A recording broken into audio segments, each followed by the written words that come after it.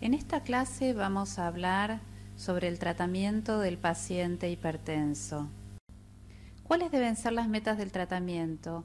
Como tratamos en la clase anterior, el objetivo principal del tratamiento de la hipertensión es reducir la morbimortalidad cardiovascular y renal. El tratamiento debe estar basado en el riesgo cardiovascular y renal de los pacientes. Es importante poner énfasis en que el paciente realice cambios en el estilo de vida hacia uno que sea más saludable. El valor de presión arterial para decir que una persona alcanzó el objetivo terapéutico o que está bien controlado es de menos de 140-90 milímetros de mercurio. Esto es en todos los pacientes, salvo, como excepción, está el paciente diabético con insuficiencia renal crónica. En estos dos grupos, los valores de presión arterial deben ser menores a 130-80. Recuerden que la presión arterial sistólica se asocia con mayor riesgo cardiovascular, especialmente en pacientes mayores de 50 años, y el objetivo terapéutico de un paciente que presente hipertensión sistólica aislada es que reduzca sus valores de presión arterial sistólica a menos de 140. Es deseable que los objetivos terapéuticos se alcancen dentro de los 3 meses de iniciado el tratamiento. El siguiente algoritmo resume las estrategias de tratamiento para el paciente hipertenso de acuerdo al JN7. Si el paciente tiene diagnóstico de hipertensión, tiene valores compatibles con mal control y no está en tratamiento antihipertensivo, se recomienda comenzar con cambios en el estilo de vida, haciendo hincapié en la alimentación saludable que implica la reducción del consumo de sodio, la reducción del consumo de alcohol, también promover que el paciente realice actividad física, que aumente el consumo de potasio, mediante un mayor consumo de frutas y verduras y que alcance y mantenga un peso saludable. Con respecto al fármaco, la elección del fármaco dependerá si el paciente presenta alguna condición específica, como puede ser insuficiencia cardíaca, insuficiencia renal, diabetes, infarto agudo de miocardio, angina, etc. Por ejemplo, si es un paciente diabético o presenta insuficiencia renal crónica, nuestra primera elección deberá ser un inhibidor de la enzima convertidora y no un diurético. Y si el paciente tiene antecedentes de un infarto, será de primera elección un inhibidor de la enzima convertidora o un beta bloqueante. Luego, de acuerdo a la severidad de la hipertensión, la cual estará dada por los valores de presión arterial promedio que hayamos detectado en el consultorio o en el domicilio del paciente, también debemos decidir si empezar con una o con 2 drogas. Podemos empezar con 2 drogas en el caso que el paciente presente valores de presión arterial con valores que sean mayores a 160 para la presión arterial sistólica o mayores o iguales a 100 para la presión arterial diastólica. El objetivo terapéutico será para todos los pacientes alcanzar un valor de presión arterial menor a 140-90, salvo si son diabéticos o presentan insuficiencia renal crónica. Como mencionamos anteriormente, el objetivo en estos casos es alcanzar valores de presión arterial menores a 130-80. Luego, si nosotros seguimos con el tratamiento, si nuestro paciente es adherente con el tratamiento que ha sido instituido, ha modificado su estilo de vida, pero persiste con valores mayores o iguales a 140-90, será necesario optimizar las dosis de los fármacos que se han instituido o agregar una nueva droga. En el caso de que nos encontremos frente a un paciente que no es adherente y no ha modificado su estilo de vida, ni tampoco toma los medicamentos, es importante realizar consejería para que pueda modificar sus hábitos y cumpla con la medicación indicada. El tratamiento no farmacológico está indicado en todos los hipertensos, prehipertensos y en la población general. Este tratamiento ha demostrado reducir la aparición de nuevos casos de hipertensión, especialmente en prehipertensos y en la población general. En los hipertensos, los cambios en el estilo de vida bajan las cifras de presión arterial, permiten controlar otros factores de riesgo cardiovascular y condiciones clínicas asociadas como por ejemplo diabetes. Nos ayuda a reducir el número y la dosis también de las drogas antihipertensivas. ¿Cuál es el impacto de cada una de las medidas no farmacológicas que se utilizan para reducir la presión arterial? Reducir el peso, lo que implica llegar y mantener en un peso saludable, con un índice de masa corporal entre 18.5 y 25 kilogramos por metro cuadrado, produce una reducción en la presión arterial entre 5 y 20 milímetros de mercurio. Adoptar una dieta DASH, lo que implica consumir una dieta rica en frutas y verduras, con lácteos descremados, reducir el consumo de grasas totales y saturadas, puede llegar a reducir la presión arterial entre 8 y 14 milímetros de mercurio. La reducción del consumo de sodio, bajar el consumo de sal a no más de 6 gramos de cloruro de sodio por día, reduce la presión arterial entre 2 y 8 milímetros de mercurio. Realizar actividad física de intensidad moderada, al menos 30 minutos casi todos los días a la semana, la dosis indicada es 150 minutos por semana, baja la presión arterial entre 4 y 9 milímetros de mercurio. Y moderar el consumo de alcohol, eso quiere decir limitar el consumo de alcohol a no más de 2 medidas de alcohol o vasos por día en el hombre y 1 en la mujer, baja la presión arterial entre 2 y 4 milímetros de mercurio. Todas estas medidas equivalen muchas veces al agregar un fármaco, por eso es tan importante hacer hincapié en la modificación en el estilo de vida. Se debe recomendar especialmente a los pacientes realizar una dieta saludable, evitar alimentos procesados, especialmente quesos, conservas, hamburguesas, salchichas. También tratar de limitar el consumo de panificados con alto contenido de sodio, reducir el agregado de sal en las comidas, tanto en la cocción como en la mesa. Todas estas intervenciones, conjuntamente con aumentar el consumo de frutas y verduras y realizar actividad física regularmente, son las intervenciones y modificaciones en el estilo de la vida que se debe hacer hincapié en el consultorio con los pacientes. ¿Cuáles son las metas del tratamiento no farmacológico? Con respecto al peso, si el participante tiene sobrepeso u obesidad, lo ideal es que baje 5 kilogramos o más.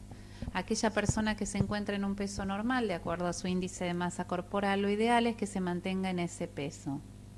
Con respecto al sodio, se recomienda la reducción del mismo a 6 gramos de cloruro de sodio por día. Se debe recomendar a los pacientes que eviten los alimentos procesados, como por ejemplo quesos, conservas, hamburguesas, incluyendo panificados con alto contenido de sodio, y reducir el agregado de sal en las comidas, tanto en la cocción como en la mesa.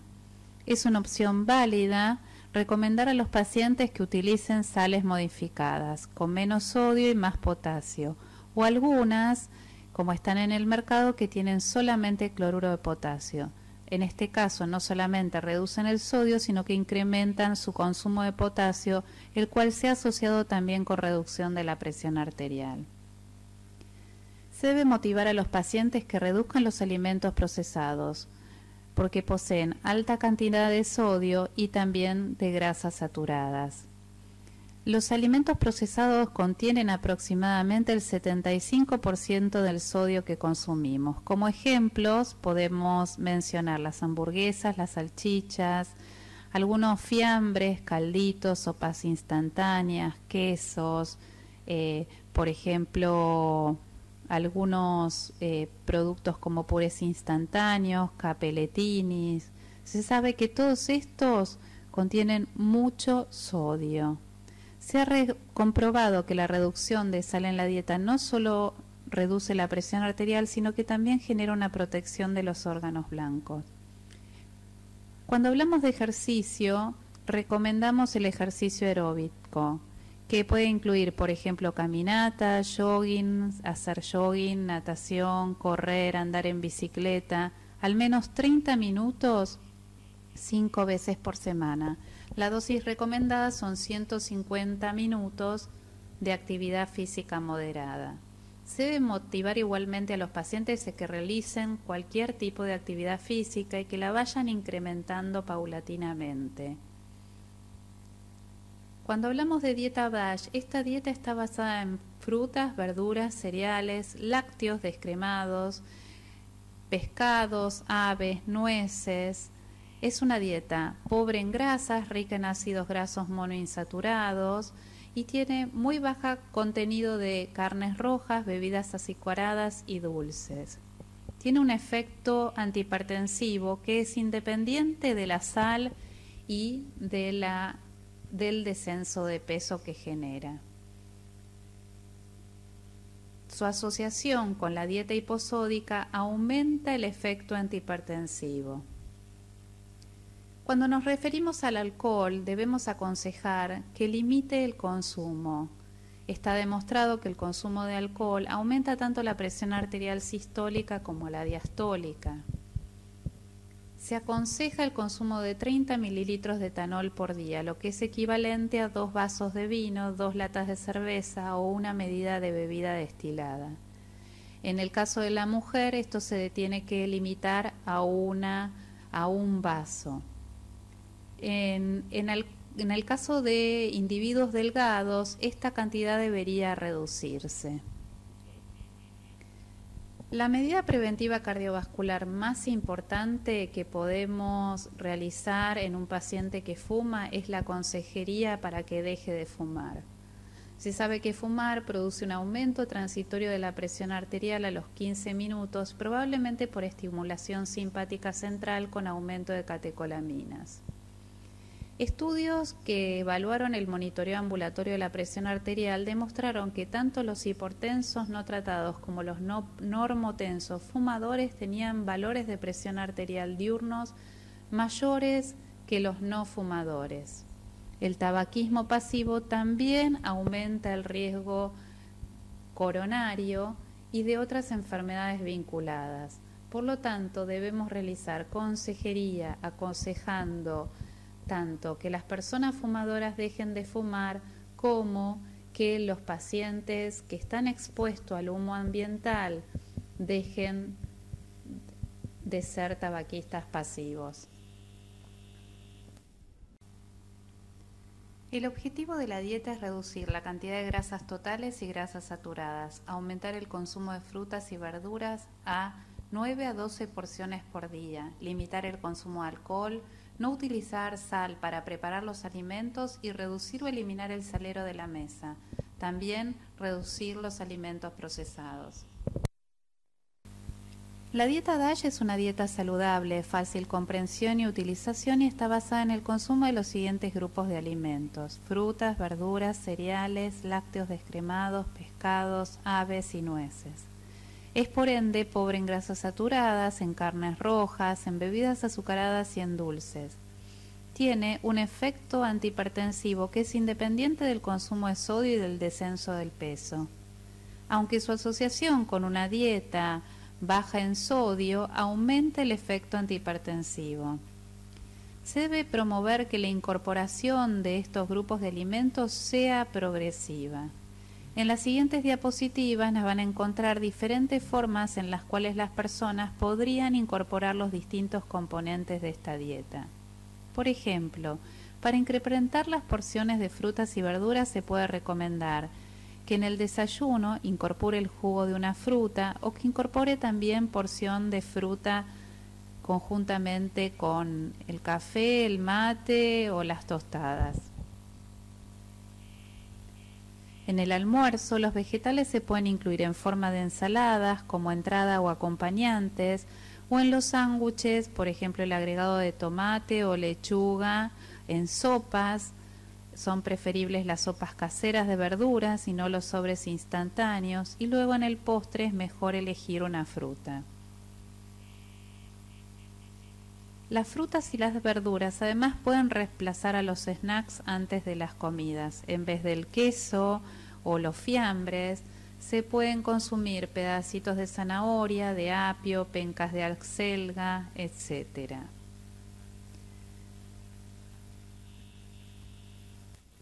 Es importante en la dieta DASH incorporar lácteos en la dieta. Los mismos deberán ser descremados y se propone que se consuman entre 2 y 3 porciones por día. Podrán ser en forma de leche, como acompañante de alguna infusión, pero también puede ser como parte del yogur o como queso.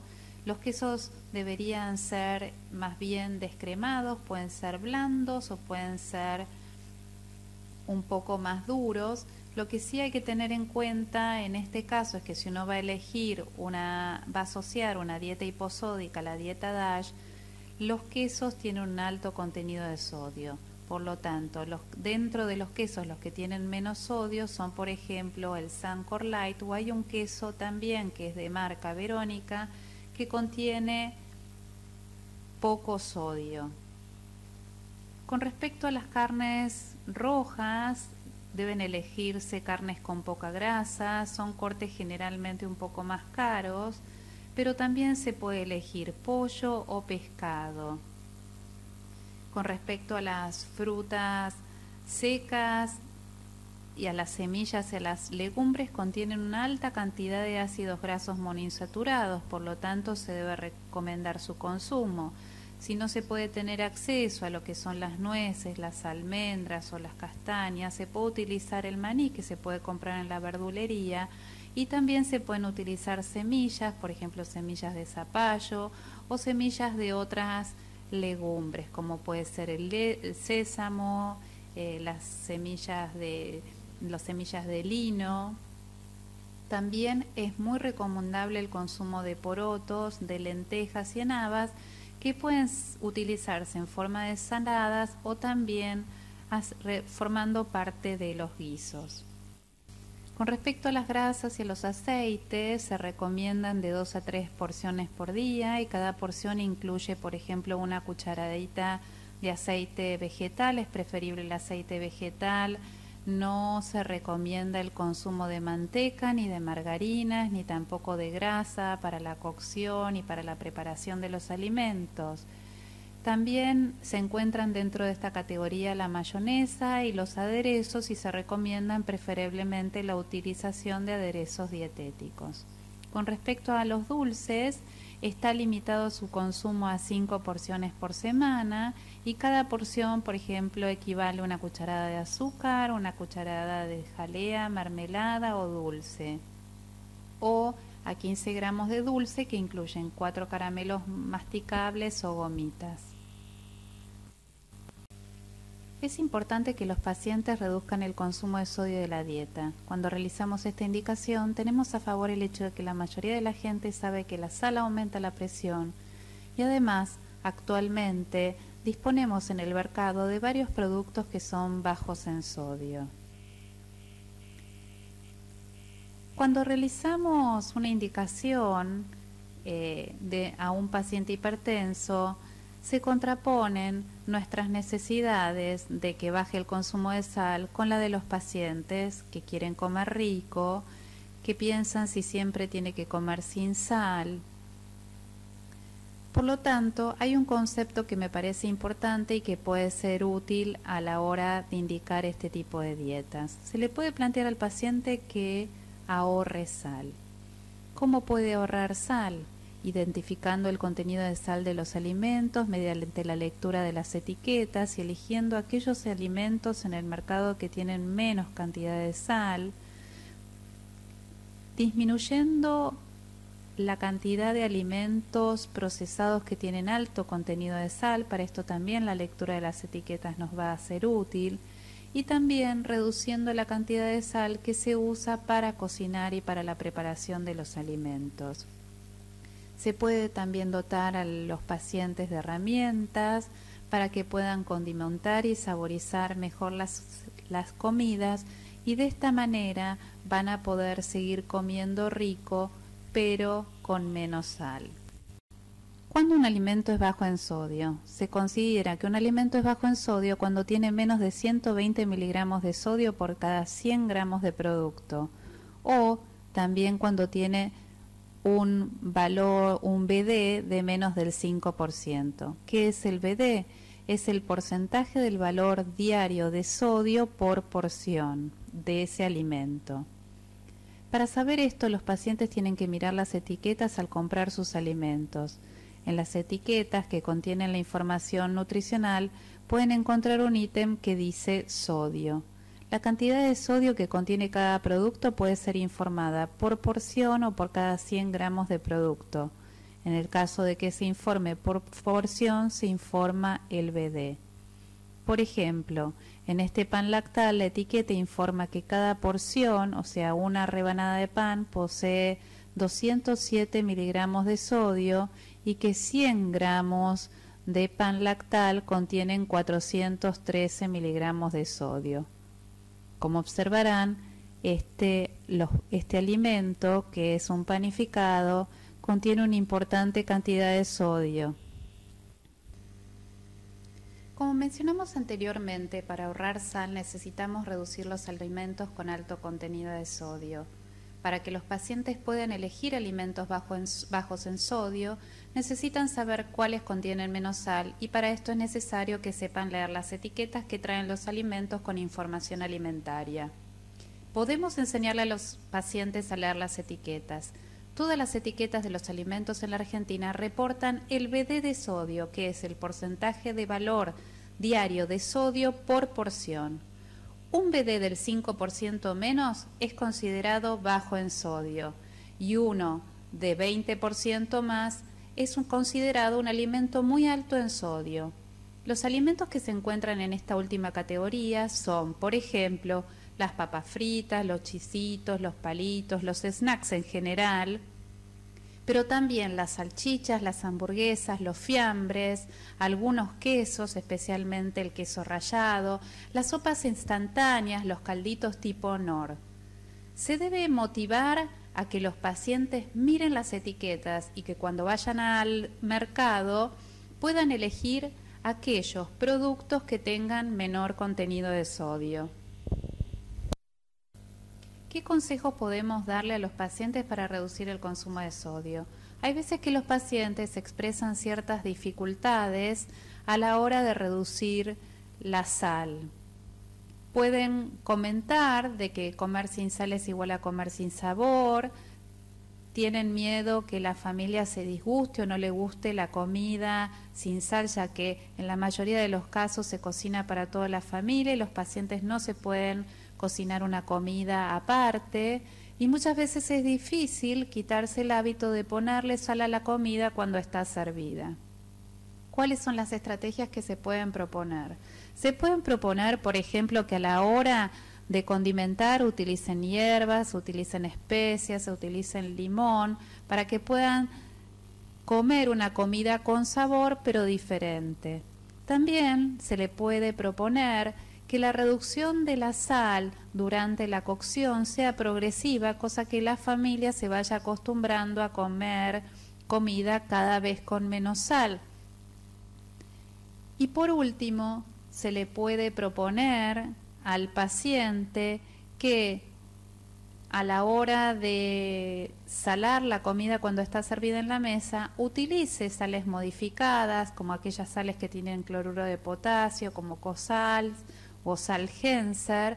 También se puede proponer que vayan reduciendo progresivamente la cantidad de sal que se le pone a la comida y también que quiten el salero de la mesa y que pueden poner un salero con especias. Con respecto a la actividad física, la dosis recomendada es 150 minutos por semana. Lo ideal es recomendar que los pacientes realicen actividad física 30 minutos la mayoría de los días. No es necesario que esos 30 minutos sean seguidos. Por ejemplo, puede hacer 10 minutos 3 veces por día. Lo que sí es importante es que aumenten la actividad física, tratando de realizar actividades que puedan resultar placenteras. Por ejemplo, bailar, jugar con los chicos.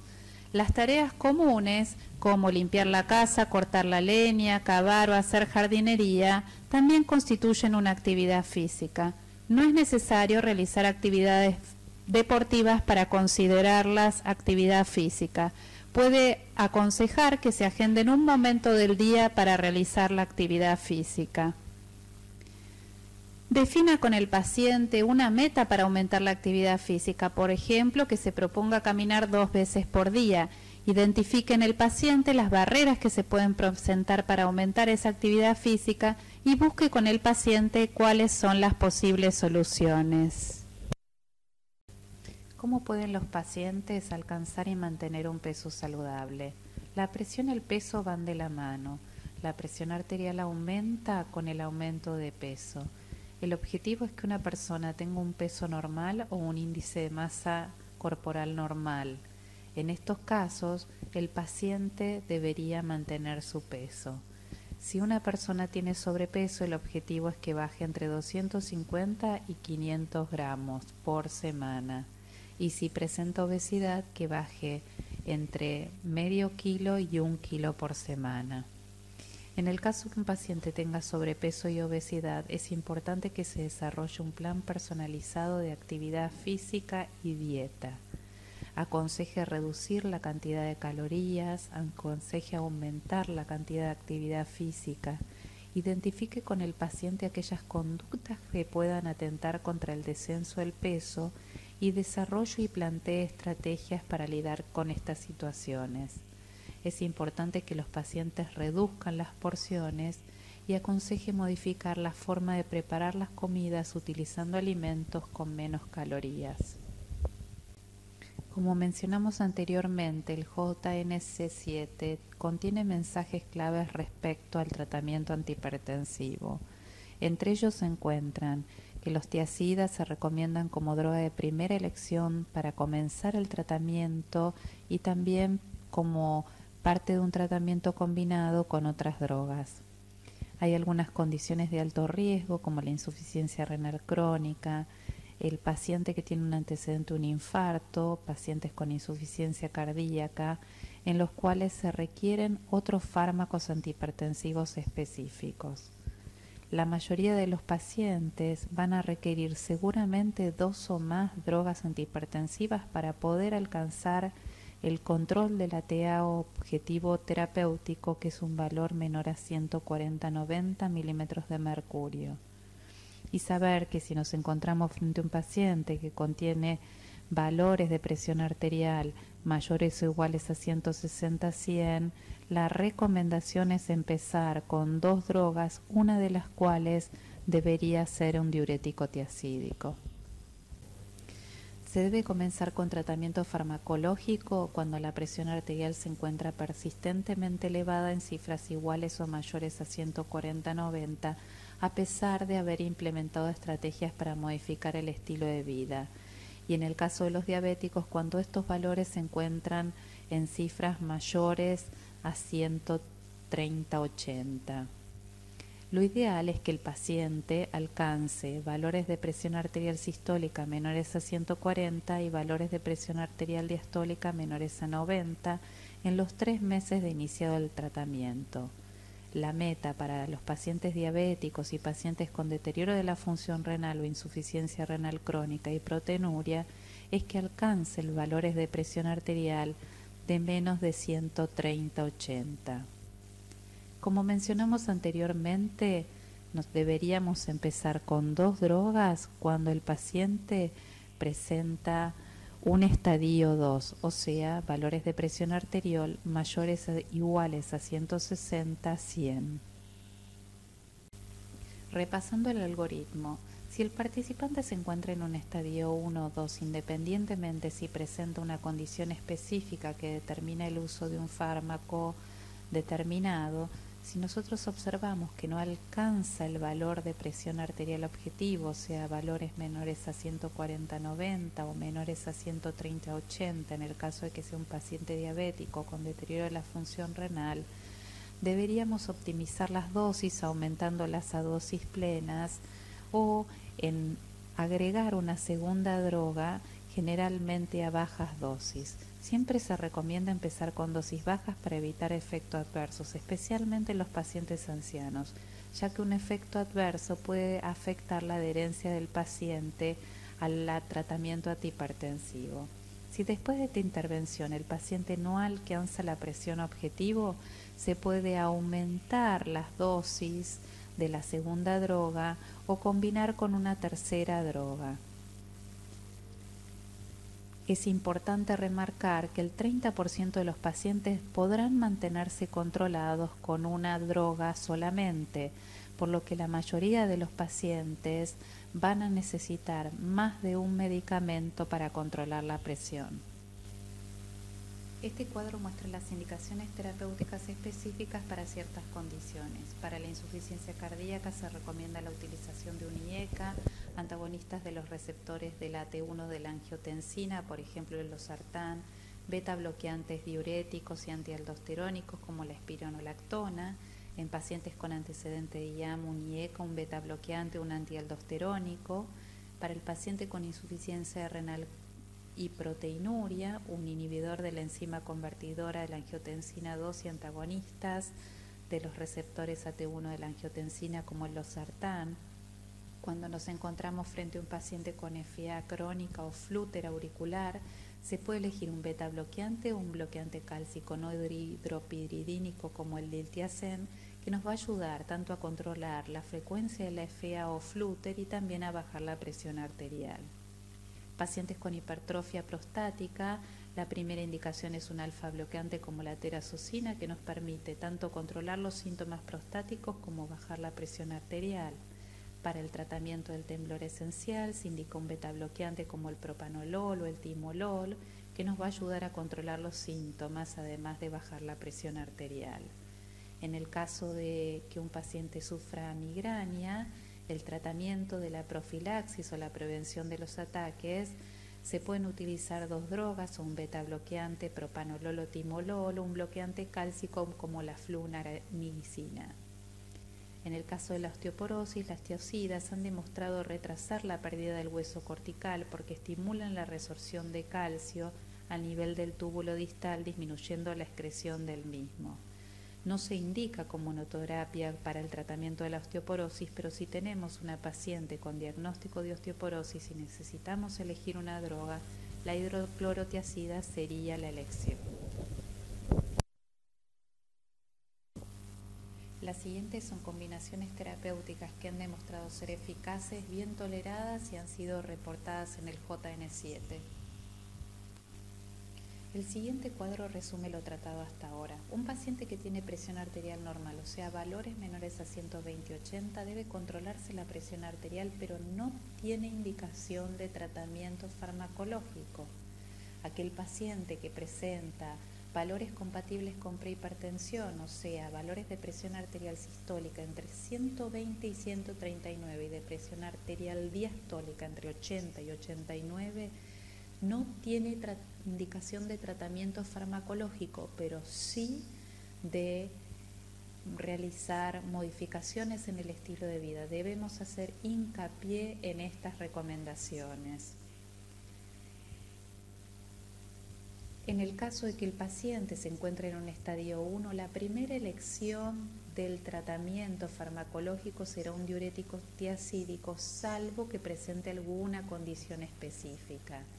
Es importante tener en cuenta que por el programa Remediar más Redes se dispone de estas drogas, de la hidroclorotiazida, y también disponen de otros fármacos que son los que más comúnmente se utilizan en condiciones específicas de alto riesgo, beta bloqueantes, en este caso atenolol, y también de inhibidores de la ECA, el enalapril.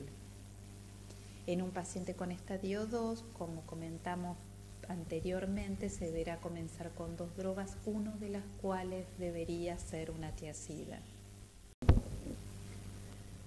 ¿Cuándo consideramos que un paciente es resistente al tratamiento? Cuando no se alcanzan los objetivos terapéuticos de presión arterial, o sea, de menos de 140/90, en un paciente que se encuentra en tratamiento con al menos 3 fármacos de diferentes mecanismos de acción en dosis adecuadas, uno de los cuales es un diurético, y se considera una persona hipertensa resistente que está controlada cuando posee valores de presión arterial en rango terapéutico, o sea, menores a 140/90, y se encuentra con dosis máximas toleradas de al menos 4 o más fármacos antihipertensivos. ¿Cuáles son las causas de hipertensión resistente? Se encuentran las condiciones asociadas como la obesidad, el tabaquismo, la ingesta excesiva de alcohol, especialmente si es más de 3 gramos de etanol por día, la ingesta excesiva de sodio. Como otra causa está la interacción con drogas de diferentes tipos que pueden incrementar la presión arterial y contribuir a la resistencia al tratamiento. Y entre las drogas que pueden producir interacciones es importante mencionar los antiinflamatorios no esteroides, los simpaticomiméticos, los corticoides, los anticonceptivos orales, los anorexígenos, la eritropoyetina, la ciclosporina, en el caso de los trasplantados, la cocaína y ciertas drogas ilícitas. También puede causar hipertensión resistente cuando realizamos un tratamiento farmacológico inadecuado, dosis demasiado baja o con combinaciones inadecuadas o la incorrecta utilización de los diuréticos. Estas son las causas más comunes de la hipertensión resistente y obviamente las causas secundarias son comunes en los pacientes con hipertensión resistente o refractaria. ¿Cuál debe ser la conducta frente a un paciente con hipertensión resistente?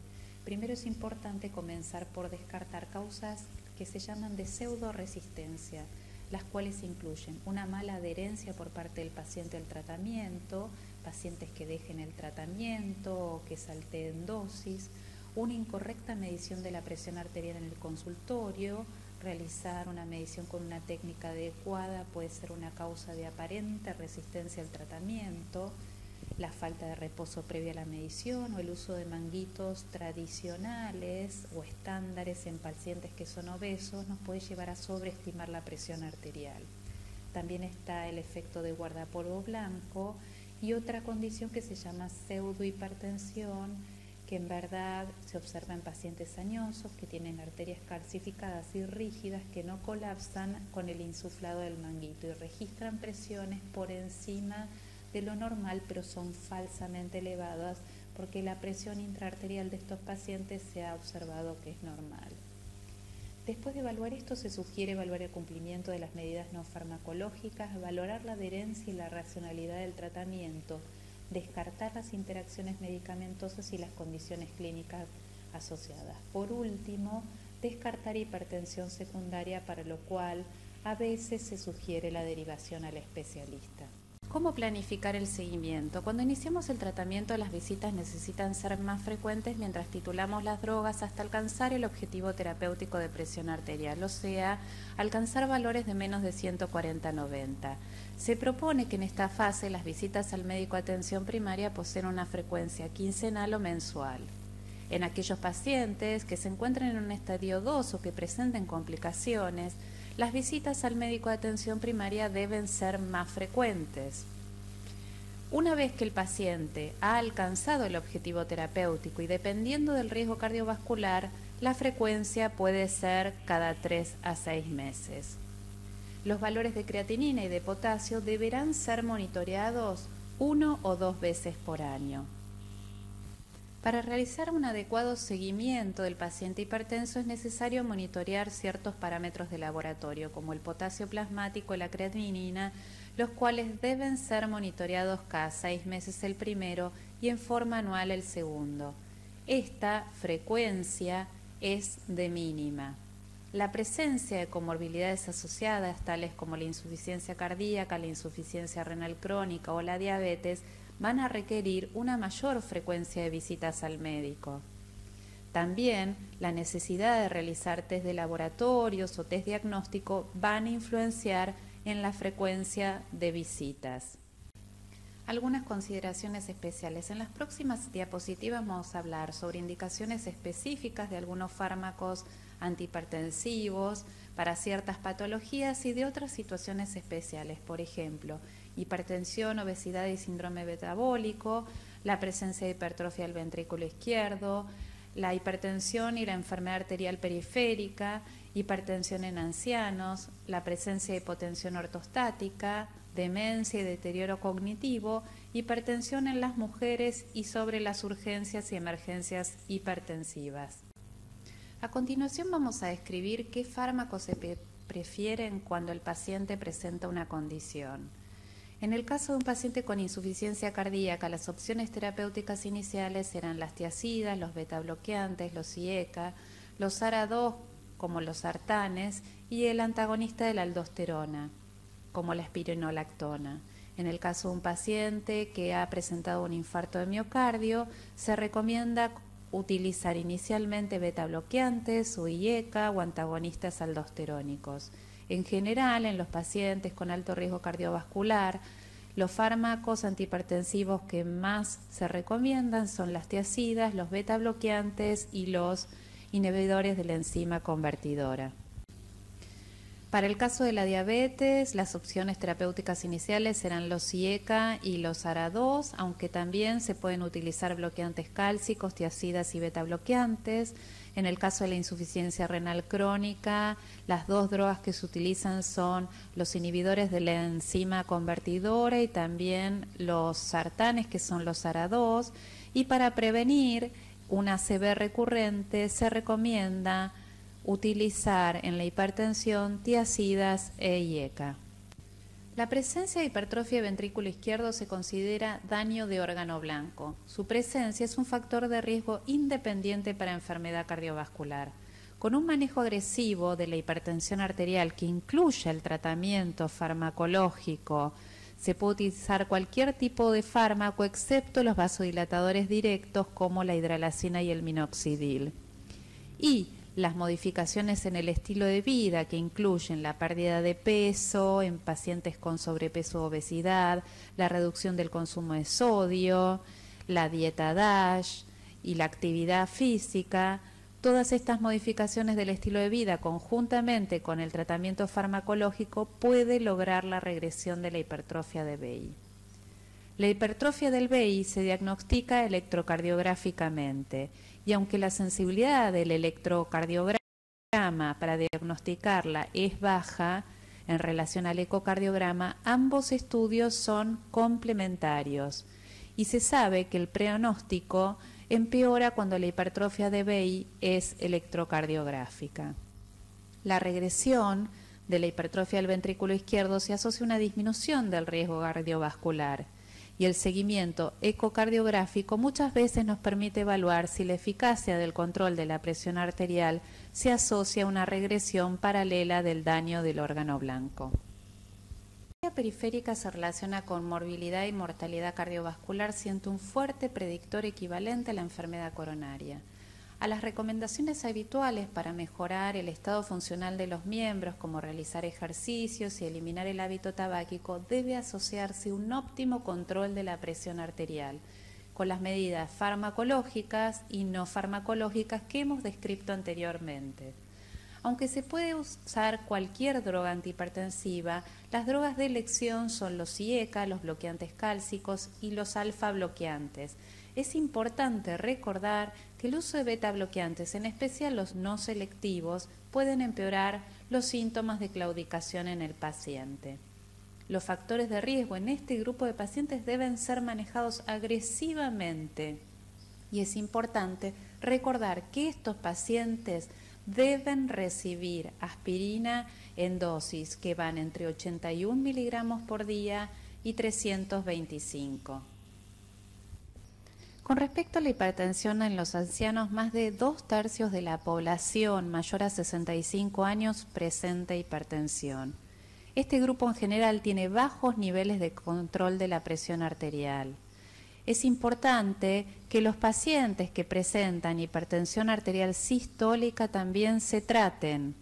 Con respecto a la hipertensión arterial en ancianos, cabe recalcar que comparativamente las personas hipertensas mayores de 65 años obtienen los mismos beneficios con el tratamiento antihipertensivo que las personas más jóvenes y rigen las mismas indicaciones, tanto farmacológicas como no farmacológicas, que para los pacientes más jóvenes, en especial con respecto al consumo de sal. Se sabe que esta población se muestra más sensible a la sobrecarga de sodio. En general, en este grupo se aconseja iniciar con dosis más bajas de fármacos antihipertensivos para evitar efectos adversos. La mayoría de los ancianos igualmente van a necesitar dosis plenas y múltiples drogas para poder controlar su presión arterial. La hipotensión ortostática se define como la reducción de la presión arterial sistólica de más de 20 milímetros de mercurio y o de la presión arterial diastólica de más de 10 milímetros de mercurio, con el cambio de posición de una posición acostado supina a una posición de pie dentro de los 2 a 3 minutos de haberse parado, independientemente de que los síntomas ocurran. A veces la hipotensión ortostática puede ser sintomática y la persona puede marearse, inclusive desmayarse, tener náuseas o vómitos. Esta medición es muy importante hacerla para evaluar al paciente hipertenso, pero también debemos realizarla en pacientes mayores de 65 años, en aquellos pacientes con enfermedad de Parkinson, diabéticos y que por alguna causa sospechemos disautonomía. La hipotensión ortostática también se puede observar en pacientes que reciben tratamiento antihipertensivo, especialmente aquellos que están en tratamiento con vasodilatadores, bloqueantes alfa-adrenérgicos, diuréticos, observándose en menor medida en pacientes tratados con IECA y con antagonistas cálcicos. Es importante evitar la rápida titulación de drogas en este grupo de pacientes y la depresión de volumen.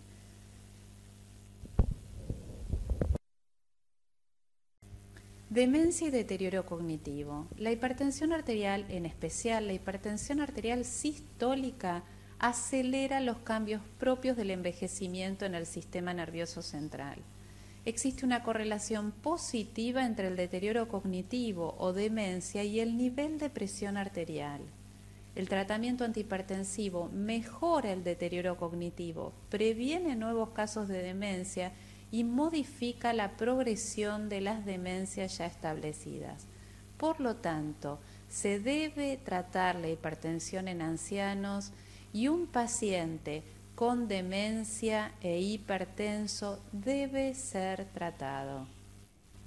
La hipertensión arterial en las mujeres. Los anticonceptivos orales pueden aumentar la presión arterial en la mujer, por lo que se recomienda medir regularmente la presión arterial en las mujeres que deciden utilizar este método anticonceptivo. Si una paciente desarrolla hipertensión arterial, es importante considerar otra forma de planificación familiar. Durante el embarazo, una mujer con hipertensión debe ser seguida cuidadosamente. La presión arterial diastólica, especialmente valores por encima de 90 milímetros de mercurio, se asocian a un aumento de la morbilidad perinatal. La presión arterial diastólica es mejor predictor de resultados adversos durante el embarazo que el aumento de la presión arterial sistólica. La terapéutica con drogas antihipertensivas debe ser utilizada en mujeres embarazadas con hipertensión grave o preeclampsia, con el objetivo de disminuir el riesgo materno de ACV, pero manteniendo un nivel de presión arterial que sea adecuado para favorecer el flujo sanguíneo útero-placentario. Se recomienda en este grupo el tratamiento con antihipertensivos como la alfa-metildopa, los bloqueantes cálcicos y los beta-bloqueantes por la seguridad del feto. Los inhibidores de la enzima convertidora y los ARA2 están contraindicados. La prevalencia de hipertensión arterial es significativamente más elevada en la mujer posmenopáusica que en la peri o en la premenopáusica, aun cuando se corrija por edad y por masa corporal. La terapia de reemplazo hormonal no aumenta la presión. Se han observado diferencias significativas con respecto a la presencia de ciertos efectos colaterales por los antihipertensivos entre hombres y mujeres. Se reporta que son más frecuentes la presencia de edemas con los bloqueantes cálcicos, la presencia de tos con los inhibidores de la enzima convertidora o la presencia de calambres con los diuréticos en mujeres comparados con hombres.